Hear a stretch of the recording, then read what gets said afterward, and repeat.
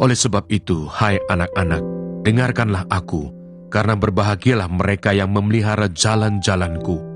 Dengarkanlah didikan, maka kamu menjadi bijak. Janganlah mengabaikannya.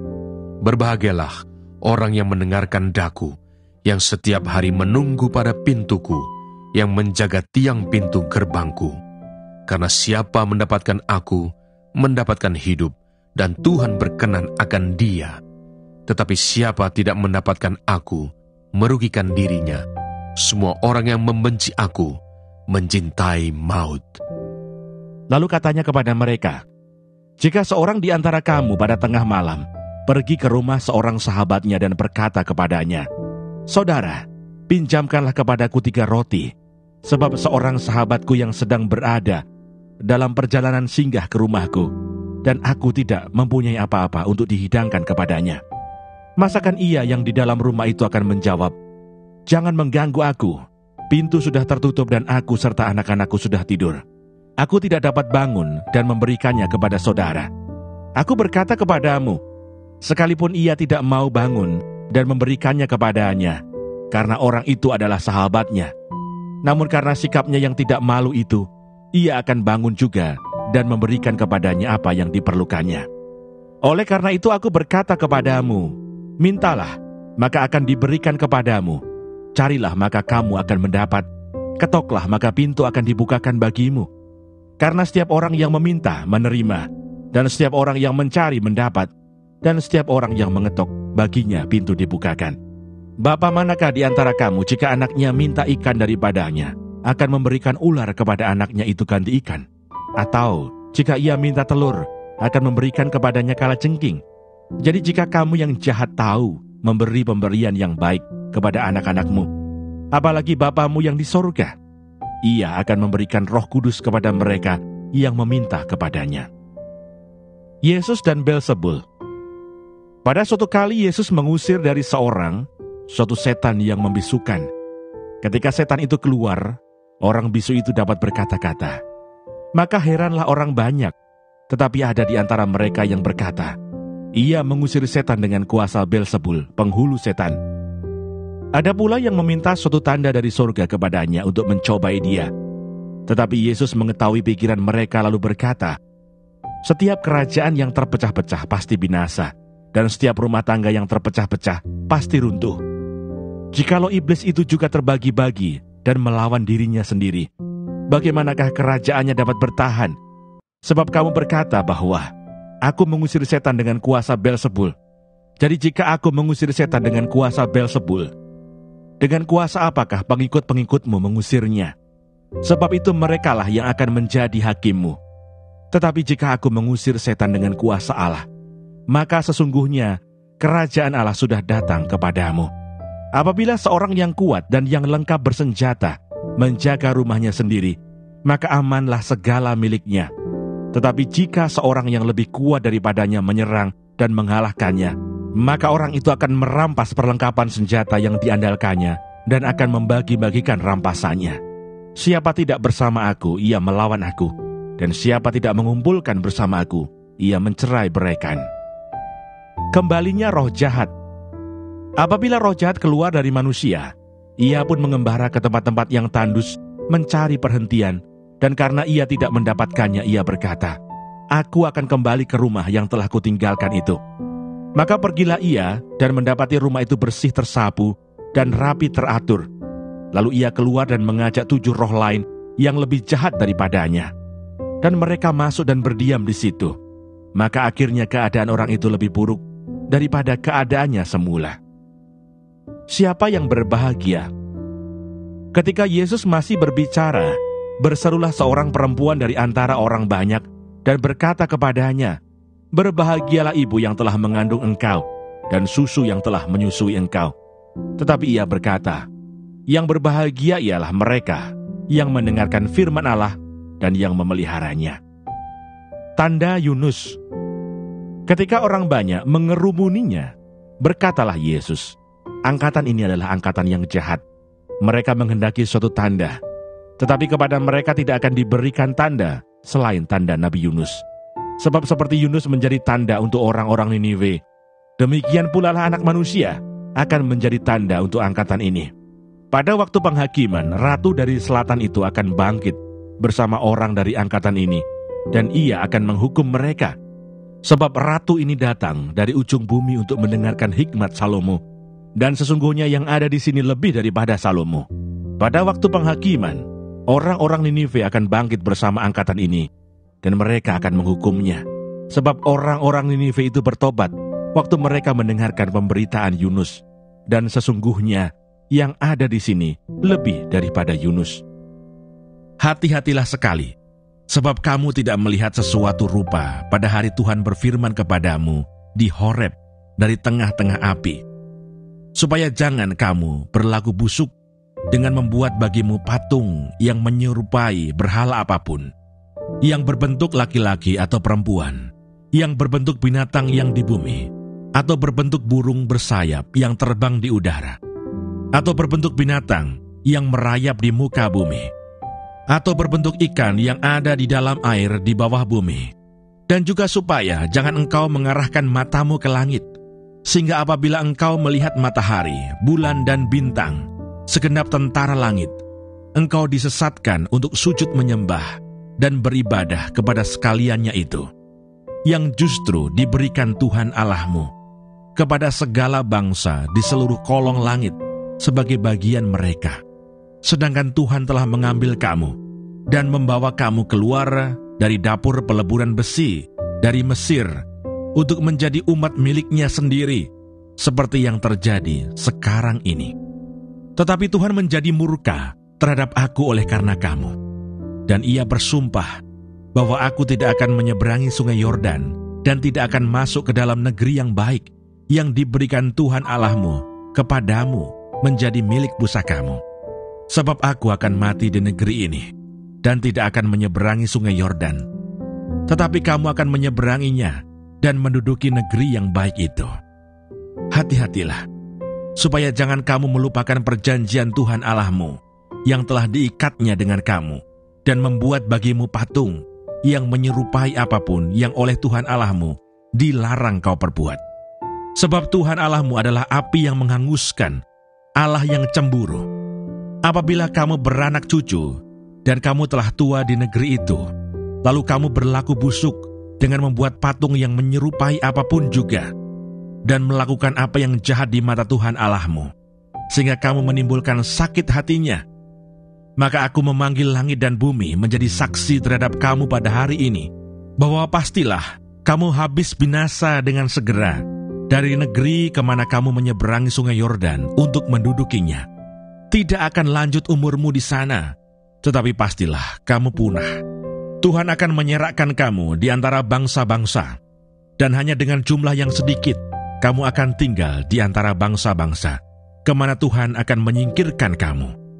Maka di sana kamu akan beribadah kepada Allah, buatan tangan manusia, dari kayu dan batu, yang tidak dapat melihat, tidak dapat mendengar, tidak dapat makan, dan tidak dapat mencium. Dan baru di sana engkau mencari Tuhan Allahmu dan menemukannya, asal engkau menanyakan Dia dengan segenap hatimu dan dengan segenap jiwamu. Apabila engkau dalam keadaan terdesak, dan segala hal ini menimpa engkau di kemudian hari, maka engkau akan kembali kepada Tuhan Allahmu dan mendengarkan suaranya. Sebab Tuhan Allahmu adalah Allah penyayang. Ia tidak akan meninggalkan atau memusnahkan engkau, dan Ia tidak akan melupakan perjanjian yang diikrarkannya dengan sumpah kepada nenek moyangmu. Sebab cobalah tanyakan dari ujung langit ke ujung langit tentang zaman dahulu yang ada sebelum engkau, sejak waktu Allah menciptakan manusia di atas bumi. Apakah ada pernah terjadi sesuatu hal yang demikian besar? Atau apakah ada pernah terdengar sesuatu seperti itu? Pernahkah suatu bangsa mendengar suara ilahi yang berbicara dari tengah-tengah api, seperti yang kau dengar dan tetap hidup? Atau pernahkah suatu Allah mencoba datang untuk mengambil baginya suatu bangsa dari tengah-tengah bangsa yang lain, dengan cobaan-cobaan, tanda-tanda, serta mujizat-mujizat dan peperangan, dengan tangan yang kuat dan lengan yang teracung, dan dengan kedahsyatan-kedahsyatan yang besar, seperti yang dilakukan Tuhan Allahmu bagimu di Mesir, di depan matamu. Engkau diberi melihatnya untuk mengetahui bahwa Tuhanlah Allah, tidak ada yang lain kecuali Dia. Dari langit Ia membiarkan engkau mendengar suaranya untuk mengajari engkau. Di bumi Ia membiarkan engkau melihat apinya yang besar, dan segala perkataannya kau dengar dari tengah-tengah api. Karena Ia mengasihi nenek moyangmu dan memilih keturunan mereka, maka Ia sendiri telah membawa engkau keluar dari Mesir dengan kekuatannya yang besar, untuk menghalau dari hadapanmu bangsa-bangsa yang lebih besar dan lebih kuat daripadamu, untuk membawa engkau masuk ke dalam negeri mereka dan memberikannya kepadamu menjadi milik pusakamu, seperti yang terjadi sekarang ini. Sebab itu ketahuilah pada hari ini dan camkanlah bahwa Tuhanlah Allah yang di langit di atas dan di bumi di bawah, tidak ada yang lain. Berpeganglah pada ketetapan dan perintahnya yang kusampaikan kepadamu pada hari ini, supaya baik keadaanmu dan keadaan anak-anakmu yang kemudian, dan supaya lanjut umurmu di tanah yang diberikan Tuhan Allahmu kepadamu untuk selamanya. Kota-kota perlindungan di seberang Sungai Yordan. Lalu Musa mengkhususkan 3 kota di seberang Sungai Yordan, di sebelah timur, supaya orang yang membunuh sesamanya manusia dengan tidak sengaja dan dengan tidak memusuhinya lebih dahulu dapat melarikan diri ke sana, sehingga ia apabila melarikan diri ke salah satu kota itu dapat tetap hidup. Kota-kota itu adalah Beser di padang gurun di daerah dataran tinggi untuk orang Ruben, Ramot di Gilead untuk orang Gad, dan Golan di Basan untuk orang Manasye. Pendahuluan pengajaran Musa. Inilah hukum Taurat yang dipaparkan Musa kepada orang Israel. Inilah peringatan, ketetapan dan peraturan yang dikatakan Musa kepada orang Israel dalam perjalanan mereka keluar dari Mesir, di seberang Sungai Yordan, di lembah, di tentangan Bet-peor, di negeri Sihon, raja orang Amori, yang diam di Hesibon, yang dipukul kalah oleh Musa dan orang Israel dalam perjalanan mereka keluar dari Mesir. Negerinya diduduki mereka, dan juga negeri Og, raja negeri Basan, kedua-duanya raja orang Amori, yang diam di seberang Sungai Yordan di sebelah timur, mulai dari Aroer, di tepi Sungai Arnon, sampai Gunung Sirion, itulah Gunung Hermon, serta seluruh dataran di seberang Sungai Yordan, di sebelah timur sampai Laut Araba, di kaki lereng Gunung Pisgah. Ulangan pasal 5. Ke-10 firman. Musa memanggil seluruh orang Israel berkumpul dan berkata kepada mereka, "Dengarlah hai orang Israel, ketetapan dan peraturan yang pada hari ini kuperdengarkan kepadamu, supaya kamu mempelajarinya dan melakukannya dengan setia. Tuhan Allah kita telah mengikat perjanjian dengan kita di Horeb. Bukan dengan nenek moyang kita Tuhan mengikat perjanjian itu, tetapi dengan kita yang ada di sini pada hari ini, kita semuanya yang masih hidup. Tuhan telah bicara dengan berhadapan muka dengan kamu di gunung dan di tengah-tengah api. Aku pada waktu itu berdiri antara Tuhan dan kamu untuk memberitahukan firman Tuhan kepadamu. Sebab kamu takut kepada api, dan kamu tidak naik ke gunung, dan ia berfirman, Akulah Tuhan Allahmu yang membawa engkau keluar dari tanah Mesir, dari tempat perbudakan. Jangan ada padamu Allah lain di hadapanku. Jangan membuat bagimu patung yang menyerupai apapun yang ada di langit di atas, atau yang ada di bumi di bawah, atau yang ada di dalam air di bawah bumi. Jangan sujud menyembah kepadanya atau beribadah kepadanya. Sebab aku Tuhan Allahmu adalah Allah yang cemburu, yang membalaskan kesalahan bapa kepada anak-anaknya, dan kepada keturunan yang ketiga dan keempat dari orang-orang yang membenci aku. Tetapi aku menunjukkan kasih setia kepada beribu-ribu orang, yaitu mereka yang mengasihi aku dan yang berpegang pada perintah-perintahku.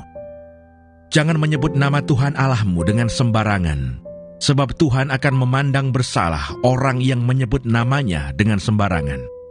Tetaplah ingat dan kuduskanlah hari Sabat, seperti yang diperintahkan kepadamu oleh Tuhan Allah-Mu. 6 hari lamanya engkau akan bekerja dan melakukan segala pekerjaanmu, tetapi hari ke-7 adalah hari Sabat Tuhan Allah-Mu. Maka jangan melakukan sesuatu pekerjaan, engkau atau anakmu laki-laki, atau anakmu perempuan, atau hambamu laki-laki, atau hambamu perempuan, atau lembumu, atau keledaimu, atau hewanmu yang manapun, atau orang asing yang di tempat kediamanmu, supaya hambamu laki-laki dan hambamu perempuan berhenti seperti engkau juga. Sebab haruslah kau ingat bahwa engkau pun dahulu budak di tanah Mesir, dan engkau dibawa keluar dari sana oleh Tuhan Allah-Mu dengan tangan yang kuat dan lengan yang teracung. Itulah sebabnya Tuhan Allah-Mu memerintahkan engkau merayakan hari Sabat. Hormatilah ayahmu dan ibumu, seperti yang diperintahkan kepadamu oleh Tuhan Allah-Mu, supaya lanjut umurmu dan baik keadaanmu di tanah yang diberikan Tuhan Allah-Mu kepadamu. Jangan membunuh, jangan berzina, jangan mencuri, jangan mengucapkan saksi dusta tentang sesamamu, jangan mengingini istri sesamamu, dan jangan menghasratkan rumahnya, atau ladangnya, atau hambanya laki-laki, atau hambanya perempuan, atau lembunya, atau keledainya, atau apapun yang dipunyai sesamamu. Firman itulah yang diucapkan Tuhan kepada seluruh jemaah-Mu dengan suara nyaring di gunung, dari tengah-tengah api, awan dan kegelapan, dan tidak ditambahkannya apa-apa lagi. Ditulisnya semuanya pada 2 loh batu, lalu diberikannya kepadaku. Orang Israel takut menghadapi kedatangan Tuhan. Ketika kamu mendengar suara itu dari tengah-tengah gelap gulita, sementara gunung itu menyala, maka kamu, yakni semua kepala sukumu dan para tua-tuamu, mendekati aku dan berkata, "Sesungguhnya Tuhan Allah kita telah memperlihatkan kepada kita kemuliaan dan kebesarannya, dan suaranya telah kita dengar dari tengah-tengah api. Pada hari ini telah kami lihat bahwa Allah berbicara dengan manusia, dan manusia itu tetap hidup. Tetapi sekarang, mengapa kami harus mati? Sebab api yang besar ini akan menghanguskan kami. Apabila kami lebih lama lagi mendengar suara Tuhan Allah kita, kami akan mati. Sebab makhluk manakah yang telah mendengar suara dari Allah yang hidup, yang berbicara dari tengah-tengah api, seperti kami, dan tetap hidup? Mendekatlah engkau dan dengarkanlah segala yang difirmankan Tuhan Allah kita. Dan engkaulah yang mengatakan kepada kami segala yang difirmankan kepadamu oleh Tuhan Allah kita. Maka kami akan mendengar dan melakukannya. Ketika Tuhan mendengar perkataanmu itu, sedang kamu mengatakannya kepadaku, maka berfirmanlah Tuhan kepadaku, telah kudengar perkataan bangsa ini yang dikatakan mereka kepadamu. Segala yang dikatakan mereka itu baik. Kiranya hati mereka selalu begitu, yakni takut akan Daku dan berpegang pada segala perintahku, supaya baik keadaan mereka dan anak-anak mereka untuk selama-lamanya. Pergilah, katakanlah kepada mereka, kembalilah ke kemahmu. Tetapi engkau, berdirilah di sini bersama-sama dengan aku. Maka aku hendak mengatakan kepadamu segenap perintah, yakni ketetapan dan peraturan yang harus kau ajarkan kepada mereka, supaya mereka melakukannya di negeri yang kuberikan kepada mereka untuk dimiliki. Maka lakukanlah semuanya itu dengan setia, seperti yang diperintahkan kepadamu oleh Tuhan Allah-Mu. Janganlah menyimpang ke kanan atau ke kiri. Segenap jalan yang diperintahkan kepadamu oleh Tuhan Allah-Mu haruslah kamu jalani, supaya kamu hidup dan baik keadaanmu, serta lanjut umurmu di negeri yang akan kamu duduki.